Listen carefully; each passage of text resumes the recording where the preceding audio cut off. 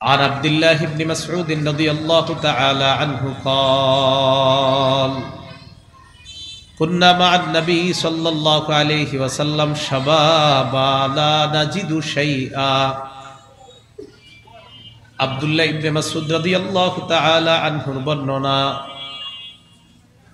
নবীজির সাথে আমরা একদল যুবক ছিলাম, আমাদের কিছুই নাই, সামর্থ্য নাই। فقال لنا رسول الله صلى الله عليه وسلم, নবী আমাদেরকে বললেন, ইয়া মাশারাশ শাবাব মান ইসতাতা আল বাআ ফালইতাযাওয়াজ, হে যুব সম্প্রদায়, তোমাদের মধ্যে যাদের ভরণ পোষণের সামর্থ্য আছে, যারা বিয়ে করার সামর্থ্য রাখো, ফালইতাযাওয়াজ, সে যেন বিয়ে করে নেয়। ফাইন্নাহু আগাদ্দু লিল বাসারি ওয়া আহসানু লিল ফারজ, বিয়ে নজর অবদমিত রাখে, লজ্জাস্থান হেফাজতে সহায়ক হয়ে যায়। বিয়ে নজর হেফাজত রাখে, লজ্জাস্থান হেফাজতে বিয়ে সহায়ক হয়ে যায়। ওয়ামান লাম ইস্তাতি' ফালাইহি বিস-সাওম, নবী বলেন, যার বিয়ে করার সামর্থ্য নাই সে যেন রোজা রাখে। হাদিসের মাধ্যমে বুঝতে পারলাম, কোন মানুষ যদি নজরের গুনাহে লিপ্ত হয়ে যায়, কোন মানুষ যদি লজ্জাস্থানের গুনাহে লিপ্ত হওয়ার আশঙ্কা হয়, ইসলাম তাকে দুটি অপশন দিয়েছে। এক নাম্বার, সামর্থ্য আছে বিয়ে করে নাও, সামর্থ্য নাই রোজা রাখো। নজরের গুনাহ আপনার প্রচুর হয়, লজ্জাস্থানের গুনাহ আপনার প্রচুর হয়, ইসলাম আপনার জন্য দুটি বিষয় দিয়ে দিয়েছে। নজরের গুনাহ হয়, লজ্জাস্থানের গুনাহ হয়, তো বিয়ে করো। টাকা নাই তো রোজা রাখো, কিন্তু গুনাহ করা যাবে না। বিয়ের গুরুত্ব আল্লাহ সকলকে উদ্ভাবন করার তৌফিক দান করেন। গুনাহ থেকে আল্লাহ আমাদেরকে বেঁচে থাকার তৌফিক দান করেন। আব্দুল্লাহ ইবনে মাসউদ রাদিয়াল্লাহু তাআলা আনহু বলেন, ইন্নাল মুমিনা ইয়ারা যুনুবাহু কাআন্নাহু কাঈদুন তাহতা জাবাল ইয়ারা আইয়াকা আলাইহি, একজন ইমানদার সে তার গুনাহকে মনে করবে একটা পাহাড়ের মতো, সে পাহাড়ের নিচে বসা, এই পাহাড় তার উপর যে কোনো সময় পড়ে যেতে পারে। বলেন, পাহাড় পড়লে আপনি আমরা কি বাঁচবো না মারা যাব? ইমানদার মনে করতে হবে একটা গুনাহ আমাকে ধ্বংস করে দিতে পারে। পাপাচারের ব্যাপারে আল্লাহ নবী বলেন, ইয়ারা যুনুবাহু কাযুবাবিন কান্নাহু মাররা আলা আনফিহি, নবীজি বলেন, পাপাচার বান্দা গুনাহকে মনে করে কাযুবাব, মাছির মতো, মাররা আলা আনফিহি, যেই মাছি নাকের ডগার সামনে দিয়ে চলে যায়। পাপাচার পাপিষ্ট যারা, তারা গুনাহকে কোনো ব্যাপার মনে করে না। গুনাহ হলে কি না হলে কি তারা কোনো ব্যাপার মনে করে না। আর যারা ইমানদার, তারা একটা গুনাহকে মনে করে পাহাড়ের মতো, যেই পাহাড় তার উপর পড়ে যেতে পারে, ওই পাহাড় ধসে লোকটা মারা যেতে পারে। বলেন তো, আজকে থেকে আমরা গুনাহ কিসের মতো মনে করব? পাহাড়ের মতো। সব সময় মনে করবেন একটা গুনাহ আমাকে ধ্বংস করে দিতে পারে। এই গুনাহ পাহাড়ের মতো, এই পাহাড় আমার উপর পড়বে, আমি ধ্বংস হয়ে যাব। আল্লাহ আমাদের সকলকে গুনাহ থেকে হেফাজত করেন। তাহলে বলেন তো, যার নজরের গুনাহ হয়, যার লজ্জাস্থানের গুনাহ হয়, তার জন্য সমাধান কি করা? বিয়ের সামর্থ্য না থাকলে রোজা রাখা। সহিহ বুখারীর 5069 নম্বর হাদিসের বর্ণনা, عن سعيد بن جبير رحمه الله قال لي ابن عباس رضي الله تعالى عنهما هل تزوجت, সাঈদ ইবনে জুবাইর বলেন, আব্দুল্লাহ ইবনে আব্বাস রাদিয়াল্লাহু তাআলা আনহুমা আমাকে বলেছেন, হাল তাজাওয়াজতা, তুমি কি বিয়ে করেছো? সাঈদ ইবনে জুবাইর জবাব দিলাম, আমি বিয়ে করি নাই। আব্দুল্লাহ ইবনে আব্বাস বললেন, তাজাওয়াজ, তাড়াতাড়ি বিয়ে করে নাও, ফাইন্না খায়রা হাযিহিল উম্মাহ আকসারুহা নিসা, এই উম্মতের সবচাইতে শ্রেষ্ঠ মানুষ যিনি, তার অধিক সংখ্যক বিবি ছিল, আর তুমি এখনো বিয়ে করো নাই। এই উম্মতের সবচেয়ে শ্রেষ্ঠ যিনি, তার অধিক সংখ্যক বিবি ছিল, আর তুমি এখনো বিয়ে করলা না, তাড়াতাড়ি বিয়ে করো। তো বলেন তো, যা বিয়ের উপকারিতা, নজর নিচে রাখবে, লজ্জাস্থান হেফাজত করবে। ক্বালা রাসূলুল্লাহ সাল্লাল্লাহু আলাইহি ওয়াসাল্লাম, নবীজি বলেন, ইয়্যাকুম আদ-দুখুল আলা নিসা, রাস্তাঘাটে আড্ডাবাজি করা থেকে বাঁচো। রাস্তাঘাটে 10-4 জন 5-7 জন যুবক একসাথে হওয়া, মোটরসাইকেল নিয়ে দাঁড়িয়ে থাকা, রাস্তার গলির মধ্যে 5-6 জন দাঁড়িয়ে থাকা, আর সামনে দিয়ে একটা কোনো মেয়ে যাবে, ওই মেয়েটাকে উত্ত্যক্ত করার জন্য দাঁড়িয়ে থাকা, এই জাতীয় আড্ডাবাজি করা থেকে আল্লাহ নবী নিষেধ করলেন। সাহাবারা বললেন, মালানা বুদ্দুন ইন্নামা হিয়া মাজালিসুনা নাতাহাদ্দাসু ফিহা ইয়া রাসূলুল্লাহ। ইয়া রাসূলুল্লাহ, রাস্তাঘাটে আমরা ধর্মীয় আলোচনা করার জন্য বসি, ধর্মীয় আলোচনার জন্য রাস্তাঘাটে বসতেই হয়। নবীজি বললেন, ফাইন আবাইতুম ইল্লাল মাজালিসা, রাস্তাঘাটে যদি বসতেই হয়, ফাআতুত তরিকা হাক্কা, রাস্তার হক আদায় করবা। সাহাবারা বললেন, ওয়ামা হাক্কুত তরিক ইয়া রাসূলুল্লাহ, রাস্তার হক আবার কি জিনিস? নবী বললেন, রাস্তার হক হলো 5টা। বলেন, রাস্তার হক কয়টা? 1 নম্বর গদ্দুল বসর, নজর নিচে রাখা। বলেন তো, রাস্তার 1 নম্বর হক নজর কোথায় রাখা? তো 4-5 জন যদি রাস্তায় দাঁড়ায় গল্প করেন, নজর নিচে থাকতে হবে। 2 নম্বর ওয়াকাফুল আযা, কষ্টদায়ক বস্তু সরায়া দেওয়া। বলেন তো, কষ্টদায়ক বস্তু পাওয়া যাবে উপরে তাকায় থাকলে না নিচে? 3 নম্বর রদ্দুস সালাম, সালামের জবাব দেওয়া। 4 নম্বর আমরুন বিল মারুফ, সৎ কাজের আদেশ করা। 5 নম্বর নাহয়ুন আনিল মুনকার, অসৎ কাজ থেকে নিষেধ করা। রাস্তার হক কয়টা? 1 নম্বর চোখ নিচে রাখা, চোখ দিয়ে গুনাহ না করা। এখন দেখেন তো, নবীজি চোখের কথাটা গুরুত্ব দিতেছেন। হাদিসে নবী বললেন, বিয়ে করলে 1 নাম্বার চোখ হেফাজত থাকে, 2 নাম্বার নজর। বলেন তো, আগে কি লজ্জাস্থান বলছে না নজর? আচ্ছা, কোরআনে আল্লাহ বলেন, কুল্লিল মুমিনিনা ইয়াগুদ্দু মিন আবসারিহিম ওয়া ইয়াহফাজু ফুরুজাহুম। নবী, আপনি ইমানদার পুরুষদেরকে বলেন তারা যেন নজর নিচে রাখে, লজ্জাস্থান হেফাজত করে। বলেন তো, আল্লাহ কোরআনে আগে কিসের কথা বলছে? লজ্জাস্থানের গুনাহ বড় না নজরের গুনাহ বড়? না, লজ্জাস্থানের গুনাহ বড়। আরে গুনাহ বড় কোনটা, লজ্জাস্থানের না নজরের?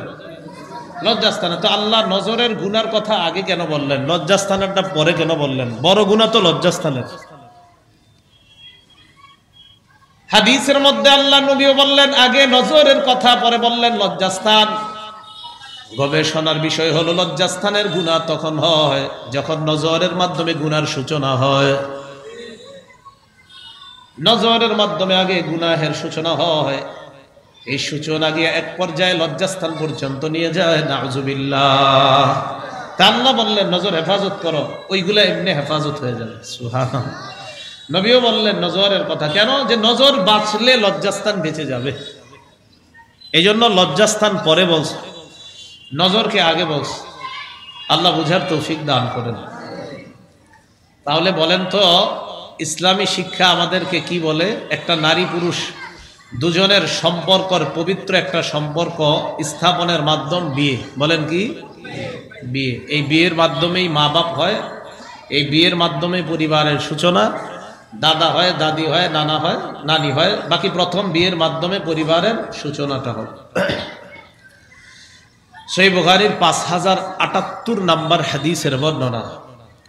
عن عائشة الصديقة رضي الله تعالى عنها قالت قال رسول الله صلى الله عليه وسلم আম্মা জান আয়েশা সিদ্দিকা রাদিয়াল্লাহু তাআলা আনহার বর্ণনা, নবীজি সাল্লাল্লাহু আলাইহি ওয়াসাল্লাম বলেন, আয়েশা উরিতুকি ফিল মানাম মাররাতাইন।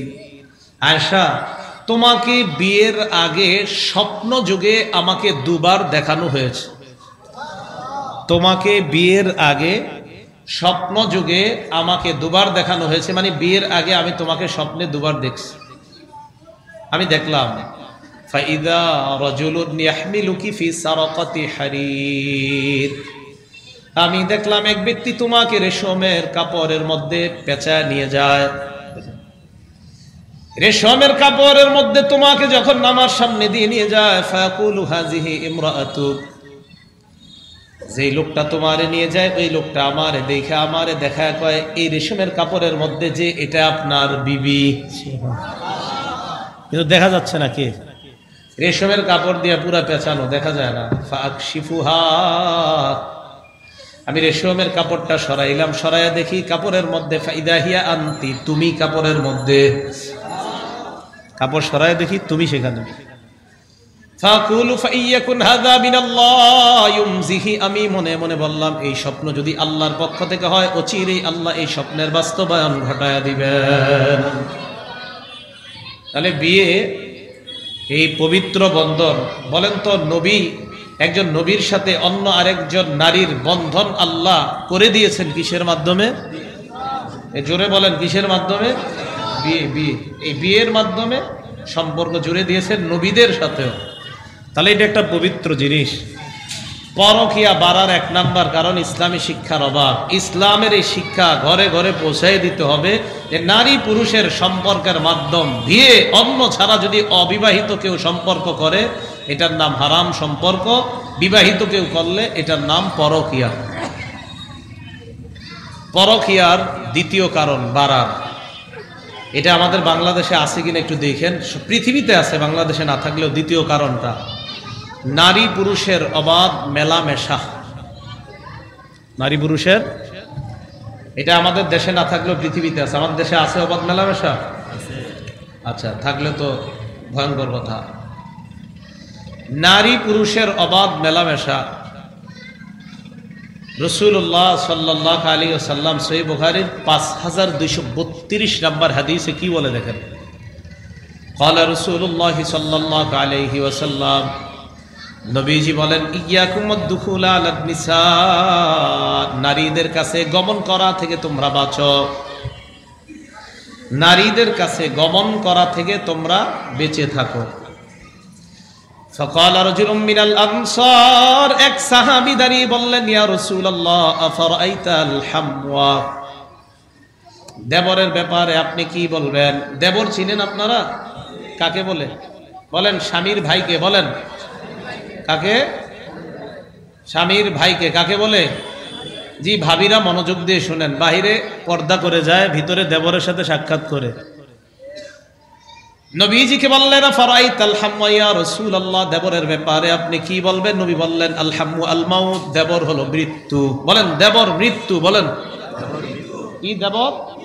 একদম জোরে বলেন, দেবর কি? হ্যাঁ, ভাবির জন্য দেবর মৃত্যু। তাহলে দেবরের সাথে ভাবির সাক্ষাৎ জায়েজ না হারাম? হারাম। নারী পুরুষের অবাধ মেলামেশা পরকীয়ার দ্বিতীয় কারণ। ক্বালা রাসূলুল্লাহ সাল্লাল্লাহু আলাইহি ওয়াসাল্লাম, সহিহ বুখারীর 5233 নম্বর হাদিসের বর্ণনা আছে, নবীজি সাল্লাল্লাহু আলাইহি সাল্লাম বলেন, লা ইয়াখলুয়ান্না রাজুলুন বিইমরাআ, কোন পুরুষ কোন নারীর সাথে একান্তে মিলিত হবে না, ইল্লা মা'যি মাহরামিন, মাহরাম ছাড়া। কি ছাড়া? এখন আপনারা আকলটা একটু শুদ্ধ করে আমারে বলবেন, মাহরাম ছাড়া কোন নারী কোন পুরুষ একান্তে কথা বলা ঠিক না।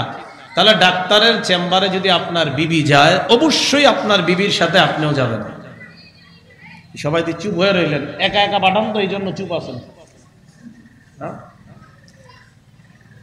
ডাক্তারের চেম্বারে আপনার বিবি যখন যায়, যাওয়ার পর যদি আপনি এলাউ না হন, যে আপনি এলাউ না, আপনি এলাউ না হলে তো এলাউটা হবে কে? একটা স্ত্রীর জন্য তার স্বামী যদি চেম্বারে এলাউ না হয়, মহিলা ডাক্তার হলে ভিন্ন কথা, কিন্তু একটা পুরুষ ডাক্তারের কাছে একটা মেয়ে ডাক্তারের চেম্বারে যাবে, সেখানে অবশ্যই স্বামী যাবে। স্বামী যদি এলাউ না হয় তো এলাউটা হবে কে? এই গেল দ্বিতীয় কারণ। 3 নাম্বার কারণ পর্দাহীনতা। আছে আমাদের দেশে? শরীফের বর্ণনা 1173 নম্বর হাদিস। ক্বালা রাসূলুল্লাহ সাল্লাল্লাহু আলাইহি ওয়াসাল্লাম, নবীজি বলেন, আল মারআতু আওরাতুন, নারী হলো আবৃত বস্তু, নারী ঢেকে রাখার বস্তু। নারী আবৃত বস্তু, নারী ঢেকে রাখার জিনিস। বলেন সবাই, নারী কি? জি, এটা হাদিসের অনুবাদ। বলেন আল মারআতু আওরাতুন, এটার অনুবাদটা আপনারা বলেন, নারী কি? আমি আরবিটা বলি, নবীর হাদিসটা বলি। আল মারআতু আওরাতুন অর্থ কি? এটা আবৃত বস্তু, এটা ঢেকে রাখতে হয়। ফাইজা খরাজাত ইস্তাশরাফাহা শাইতান, ঢেকে রাখার বস্তুটা যখন খোলা মেলা ভাবে রাস্তায় বের হয়, শয়তান তাকে অন্যের সামনে মোহনীয় করে উপস্থাপন করে দেয়, আকর্ষণীয় ভাবে উপস্থাপন করে। এতটুকু আসেন আগে, যে নারী ঢেকে রাখার জিনিস যখন বের হয়, শয়তান অন্যের কাছে মোহনীয় রূপে উপস্থাপন করে। এখন বলেন তো, একটা মেয়ে পর্দাহীনতায় চললে তাকে দেখলে কি শুধু অবিবাহিত যারা তাদের মাঝেই শয়তান কুমন্ত্রণা দিবে, না বিবাহিত পুরুষকেও দিতে পারে? তাহলে এটা আপনার তৃতীয় একটা কারণ, সেটা হলো পর্দাহীনতা। 4 নাম্বার কারণ, দৃষ্টির অপব্যবহার। বলেন সবাই, দৃষ্টির অপব্যবহার। যেখানে দৃষ্টি রাখা দরকার এখানে না রাইখা আরেক জায়গায় রাখা। আবু দাউদ শরীফের 4173 নম্বর হাদিসের বর্ণনা। ক্বালা রাসূলুল্লাহ সাল্লাল্লাহু আলাইহি ওয়াসাল্লাম, নবীজি বলেন, কুল্লু আইনিন জানিয়া, প্রত্যেক চোখ জিনা করে। বলেন, প্রত্যেক চোখ। এটা হলো হাদিসের সরল অনুবাদ, একটু বাড়ায়া বলি আমরা। বলেন, প্রত্যেক কুদৃষ্টি জিনা করে। নবীজি বলেন, ওয়াল মারআতু ইযা ইসতাতারাত ফামাররাত বিল মাজলিসি ফাহিয়া কাযা ওয়া কাযা, ইয়ানি জানিয়া। কোন নারী যখন সুগন্ধি মেখে রাস্তায় বের হয়, কোন মজলিসের পাশ দিয়ে যখন অতিক্রম করে, এই নারী এমন এমন, মানে নারীটা ব্যভিচারিণী, নাউযুবিল্লাহ। কোন নারী সুগন্ধি শরীরে মাখছে, এই সুগন্ধি মেখে পুরুষদের মজলিসের পাশ দিয়ে গেছে, যাওয়ার সময় পুরুষদের নাকে সেন্ট স্প্রে করে গেছে, সুগন্ধিটা তাদের নাকেও চলে গিয়েছে। নবীজি বললেন, এই নারী এমন, এই নারী এমন, অর্থাৎ জানিয়া, সে ব্যভিচারিণী। আল্লাহ আমাদের মা বোনদেরকে হেফাজত করেন। প্রিয় মা বোনরা, আপনার সুগন্ধি শুধু আপনার যার সাথে দেখা দেওয়া যায় তার সামনে, অন্যদের সামনে না। এখন বলেন, দৃষ্টির অপব্যবহার কি হচ্ছে? 5 নাম্বার কারণ, যার সাথে কথা বলা হারাম তার সাথে প্রকাশ্যে হোক আড়ালে হোক, রাত 12টার পরে হোক কথা বলা। কি বলা? আপনি 6 জনের পিতা, 7 জনের পিতা, এরপরও উনি কেন যেন রাত 1টার দিকে দরজা বন্ধ করে বারান্দায় চলে যায়, চলে গিয়ে অন্য কারোর সাথে কথোপকথনে লিপ্ত হয়ে যায়। এই 5-7 জনের পিতার মোবাইলে যদি অপরিচিত একটা কণ্ঠের ফোন আসে, পাশের ফোনটা যদি কোনো মোহনীয় কণ্ঠের অধিকারিণী হয়ে থাকে, আকর্ষণীয় কণ্ঠের, এখন আপনারা বলেন, আমি বলছি না যে উনি ধোঁকা খেয়ে যাবে, বাকি শয়তান ধোঁকা দেওয়ার আশঙ্কা আছে কিনা? এবার 1বার 2বার ফোনে কথা বলতে বলতে তার সাথে কোনো অবৈধ সম্পর্ক হয়ে যাওয়ার যদি না থাকে তো ভালো কথা, কথার কথা, কিন্তু থাকবে, এটাই বাস্তবতা। সম্ভাবনাটা থাকবে, এটাই বাস্তবতা। কেন আপনার আর কাম নাই? সন্তানাদি আছে না আপনার ঘরে? কেন আপনার কথা বলতে হতো এত 14 জায়গায়? সহিহ বুখারীর 6243 নম্বর হাদিসের বর্ণনা। ক্বালা রাসূলুল্লাহ সাল্লাল্লাহু আলাইহি ওয়াসাল্লাম, এই হাদিসটা পুরোটা শুনেন মন দিয়ে। নবীজি বলেন, আল আইনানি তাজনিয়ান, 2 চোখ জিনা করে। 2 চোখ ফাজিনাহুমা আন-নাজরু, 2 চোখের জিনা হলো দেখা। বলেন, 2 চোখের জিনা হলো দেখা। ওয়াল উযুনান জিনাহুমা আল ইস্তিমা, 2 কানের জিনা হলো শ্রবণ করা, যা শ্রবণ করা হারাম তা শ্রবণ করা জিনা। 2 কানের জিনা শ্রবণ করা। দেখেন, আপনার সাথে আরেকজনের অপ্রয়োজনীয় একটা মেয়ের সাথে আপনি কথা বলবেন, কোনো কারণ ছাড়া আপনি কথা বলবেন, একের ঘন্টার পর ঘন্টা কথা বলে যাবেন, এটা আপনি তার কথা শ্রবণের জিনা হচ্ছে, 2 কানের জিনা। 3 নাম্বার, আল লিসান জিনাহু আল কালাম, জবানের জিনা হলো কথা বলা। তাহলে জবানের জিনাও হচ্ছে, কানের জিনাও হচ্ছে। ওয়াল ইয়াদ, জিনাহা আল বাত, হাতের জিনা হলো স্পর্শ করা, ওয়ার রিজ জিনাহা আল খুতা, পায়ের জিনা হলো যাওয়া, হেঁটে যাওয়া। এবার নবী বলেন রুল কলবু ইয়াতামান্না ওয়া ইশতাহি, বুখারীর অন্য বর্ণনায় ওয়ান নাফসু তামান্না ওয়া তাশতাহি, অন্তর কল্পনা করে একজনের সাথে আপনি কথা বলার পর রাতের বেলা আপনি শুয়ে শুয়ে চিন্তা করলেন যার সাথে কথা বললাম না জানি সে দেখতে কেমন, এই যে চিন্তা করলেন এটা আপনার কলবের জিনা। এখন কথা হলো যদি আপনাদের এগুলা না হয় মাশাআল্লাহ, তাহলে তো আপনারা হাসান বসরি, কোনো সমস্যা নেই যদি না হয়। বাকি আমার যদি এরকম হয়, আমার এরকম হবে ভাই, আমি এত বড় আল্লাহ ওলি হইতে পারি না এখনো। আমি যদি এরকম কারোর সাথে হয়ে যায়, হতে পারে আমার মাঝে এই সমস্যা হয়ে যাবে। আমি মনে করেন ওয়াজটা আমারই করতেছি, আর আপনাদের যদি এরকম না হয় তো আপনারা মাশাআল্লাহ হাসান বসরি রহমতুল্লাহি আলাইহি।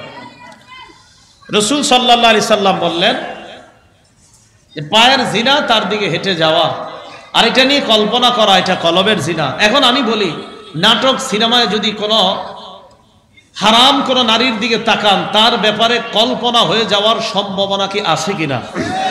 আমি তো বললাম যদি না হয় তো মাশাআল্লাহ আপনি আল্লাহর ওলি, যদি হয় অতএব যদি বাস্তবে কাউকে দেখাটা হারাম হয়, বাস্তবে কাউকে সরাসরি দেখা যদি কল্পনায় জগতে আসা লাগে, নাটক সিনেমায় দেখলেও যদি আপনার মনের ভিতরে ওয়াসওয়াসা তৈরি হয়, সেই দেখাও হারাম, সেই ওয়াসওয়াসাও হারাম, সেটাও কলবের জিনার অন্তর্ভুক্ত হবে।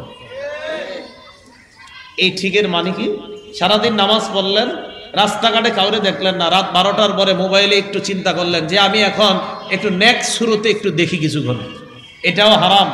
যাকে সরাসরি দেখা হারাম তাকে নাটক সিনেমায় দেখাও হারাম। বলেন, যাকে সরাসরি দেখা হারাম। আওয়াজ হালকা হয়ে গেল, কারণ এই বিষয়টা অনেকের মধ্যে ঝামেলা, মোবাইল তো বিষয়টা এই জায়গায়।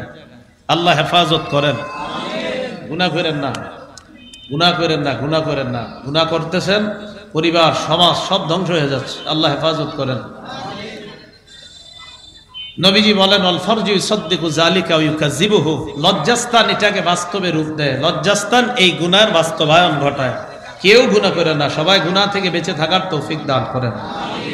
তাহলে এই হলো 5 নাম্বার, কথা বলা পরকীয়ার কারণ। 6 নাম্বার, কোন নারী দূর দূরান্তে একাকী সফর করা। ঢাকা থেকে একটা মেয়ে রাত 10টায় সফর করে রওনা করছে, সেই সুদূর চট্টগ্রাম যাবে, সারা রাত সফর করবে। আমি বলছি না যে এই নারী ভালো না, নাউজুবিল্লাহ, উনি হয়তো ভালো, মাশাআল্লাহ, নামাজি, মুত্তাকিয়া, কিন্তু আরেকজন পুরুষের লুলুপ দৃষ্টি তার উপরে পড়ার সম্ভাবনা আছে না নাই? আমি তো বলছি যদি না পড়ে মাশাআল্লাহ, তা তো ভালো মানুষ সবাই, কিন্তু যদি পড়ে। আর আমাদের নবীজি জানতেন যে পড়বে, তাই নবীজি অগ্রিম আমাদেরকে হাদিস জানিয়ে গিয়েছেন। ক্বালা রাসূলুল্লাহ সাল্লাল্লাহু আলাইহি ওয়াসাল্লাম, নবীজি বলেন লা তুসাফিরুল মারআ ইল্লা মা'জি মাহরামিন, মাহরাম ছাড়া কোনো নারী সফর করবে না, মাহরাম ছাড়া কোনো নারী সফর করবে না। ওয়ালা ইয়াদখুলু আলাইহা রাজুলুন ইল্লা মা'হু মাহরাম, কোন নারীর কাছে কোন পুরুষ প্রবেশ করবে না ওই পুরুষের সাথে যতক্ষণ না ওই নারীর মাহরাম না থাকে। কোন নারীর সাথে কথা বলতে হলো তার মাহরাম লাগবে। এটা 6 নাম্বার কারণ। একটা নারী একাকী সফর করলো, পুরুষরা তার দিকে আকৃষ্ট হয়ে যেতে পারে। আল্লাহ হেফাজত করে। 7 নাম্বার, চাইবা বসেন আমার সাথে, চাপেন না, একটু আসাবেন। আমি বাসে বসলাম, উনি আমার পাশের সিটে এসে বসলো, কিছু মনে করবেন না। উনি আমার পাশের সিটে বসলে স্বেচ্ছায় অনিচ্ছা আমার শরীরের সাথে তার শরীর রেগে যাওয়ার সম্ভাবনা আছে না নাই? আছে না? এই জন্য আপনি যখন বাসে বসবেন, আমাদের কোনো বোন, কোনো মা যদি এসে আপনার পাশে বসে, উচিত আপনি উঠে যান, আরেকজন মেয়েকে সেখানে বসতে দেন। এরপরেও যদি দেখেন যে না আপনার সমস্যা, উঠতে পারছেন না, যথাসম্ভব নিজেকে গুটায় রাখেন। আল্লাহর রাসূলুল্লাহ সাল্লাল্লাহু আলাইহি সাল্লামের হাত কোনো নারীর হাত কখনো স্পর্শ করে নাই। আম্মা জান আয়েশা সিদ্দিকা সহ নবীর স্ত্রীরা বলেন, মা মাসাত ইয়াদু রাসূলিল্লাহি সাল্লাল্লাহু আলাইহি ওয়াসাল্লাম ইয়াদা ইমরাআ, নবীজির হাত কোন নারীর হাত কখনো স্পর্শ করে নাই। নবীজি বলেন লা উসাফিহুন নিসা, আমি নারীদের সাথে মুসাফা করি না। নবীর বিবি বলেন গায়রা আন্নাহু বায়াহুন্না বিল কালাম, নবীজি নারীদেরকে কথার মাধ্যমে বায়াত নিতেন। নারীদেরকে নবী বায়াত নিতেন কথার মাধ্যমে। বলেন নারীদেরকে বায়াত নিতেন কিসের মাধ্যমে? তোমরা চুরি করবা না, তোমরা ব্যভিচার করবা না, তোমরা জিনা করবা না, এরকম কথার মাধ্যমে নবীজি নারীদের বায়াত নিতেন। আমাদের দেশেও দেখা যায় অনেক ভিডিওতে অনেক নারী অনেকের পায়ে সিজদা দিচ্ছে, আবার বায়াত হচ্ছে, আর পাশের জন বাহবা দিচ্ছে, মাশাআল্লাহ, সাবাস সাবাস। এটা কখনো এটা পীরও না, এটা শায়েখও না, এটা মুহাদ্দিসও না, এটা ভালো মানুষও না, প্রতারক, ধোঁকাবাজ, শয়তান, ইসলামের দুশমন। নারীর শরীরে আবার কিভাবে একজন পুরুষ স্পর্শ করে, নাউজুবিল্লাহ, তা হারাম। তো বুঝাইতে চাইলাম, একটা নারীর সাথে আরেকটা পুরুষ যখন একাকী কোথাও হয়, স্পর্শ শয়তান করে দেওয়ার সম্ভাবনা আছে না নাই? এই জন্য এটাও নিষেধ। এটা একটা কারণ হয়ে যেতে পারে, তখন উভয়ের মাঝে ওয়াসওয়াসা সৃষ্টি হবে। 8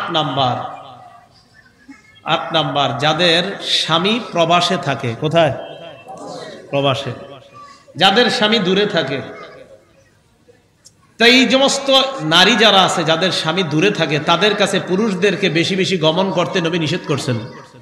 ক্বালা রাসূলুল্লাহ সাল্লাল্লাহু আলাইহি ওয়াসাল্লাম, নবীজি বলেন, লা তালিজু আলাল মুগীবাত, যাদের স্বামী তাদের স্ত্রীদের থেকে দূরে আছে, তোমরা তাদের কাছে বেশি বেশি গমন করবা না।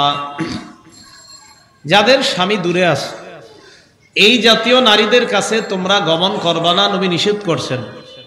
তাহলে পরকীয়ার 8 নম্বর এই কারণে আমরা বলতে পারি যে একজন স্বামী তার স্ত্রীর কাছ থেকে দীর্ঘদিন দূরে থাকা, এতে স্বামী অন্য কারো প্রতি আসক্ত হয়ে যেতে পারে, বিবি অন্য কারো প্রতি আসক্ত হয়। যদি না হন তাহলে তো বললাম মাশাআল্লাহ, না হলে তো ভালো মানুষ আপনারা। যদি হয়, নবীজি সাল্লাল্লাহু আলাইহি সাল্লাম এই জাতীয় নারীর কাছে কোনো পুরুষকে প্রবেশ করতে নিষেধ করেছেন। কেন?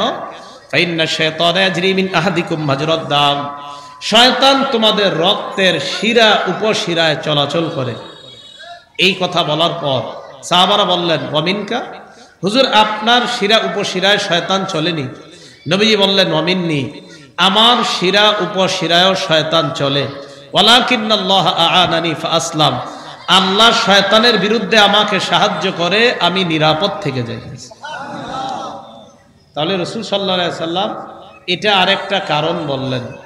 তো এই জাতীয় কারণগুলা একটা সুখী পরিবার ধ্বংস করার আরো অনেকগুলা কারণ আছে, এই দুটুকু জানলাম সুখী পরিবার ধ্বংসের কারণ হয়।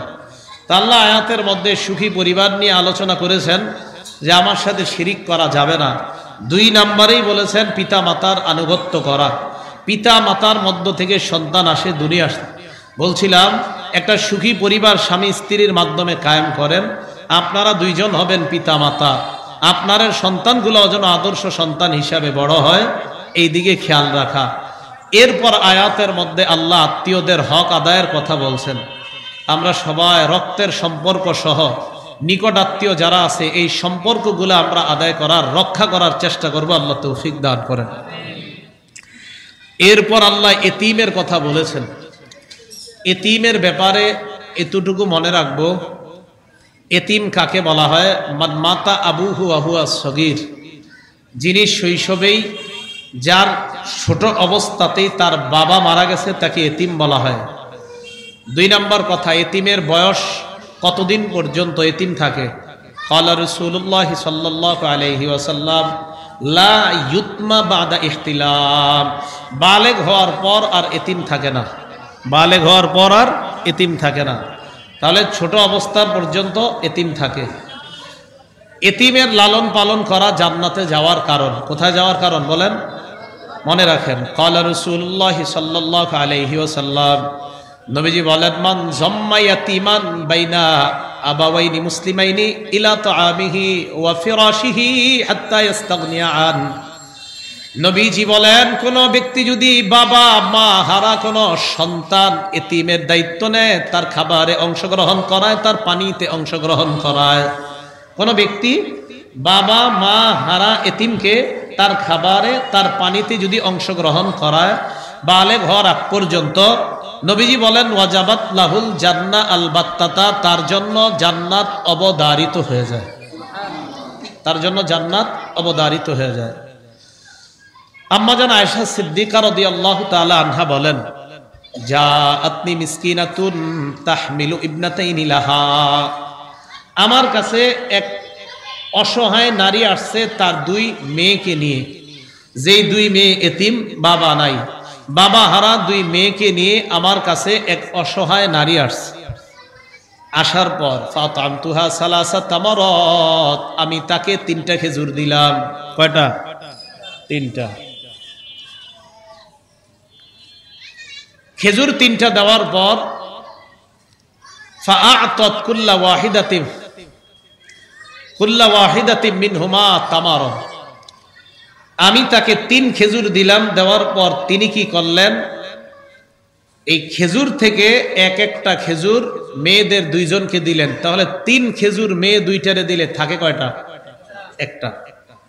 মেয়ে 2 জন খেজুর খাইছে। ওয়া রাফাআত তামরাতান ইলা ফিহা, মা খেজুরটা মুখে নিছে, মা খেজুরটা মুখে নিছে।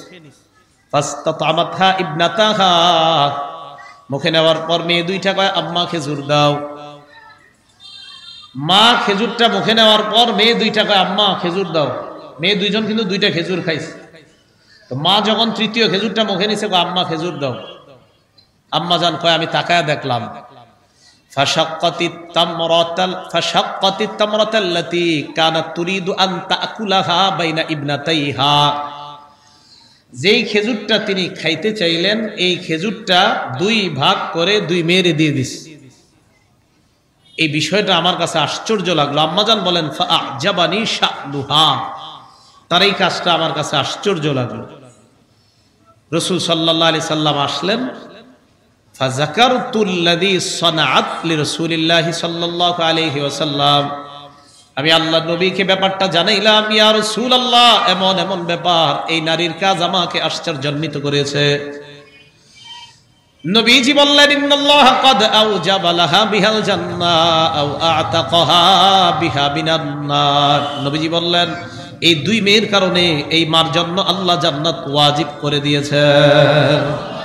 2টা এতিম মেয়ে, মা লালন পালন করার কারণে এই মায়ের জন্য জান্নাত আল্লাহ ওয়াজিব করে দিয়েছেন। এতিম লালন পালনের 2য় ফজিলত, নবীজির কাছে জান্নাতে থাকতে পারবেন যারা এতিম লালন পালন করবেন। ক্বালা রাসূলুল্লাহ সাল্লাল্লাহু আলাইহি ওয়াসাল্লাম, নবীজি বলেন আনা ওয়া কাফিলুল ইয়াতীম ফিল জান্নাতি হাকাযা, নবী বলেন আমি আর এতিমের অভিভাবক লালন পালনকারী জান্নাতে এইভাবে পাশাপাশি থাকবো। হাকাযা পাশারা বিস সাব্বাবাতি ওয়াল উসতা, নবীজি মধ্যমা আর তর্জনী আঙ্গুল এইভাবে দেখায় দিলেন যে আমি আর এতিমের অভিভাবক জান্নাতে এইভাবে থাকবো।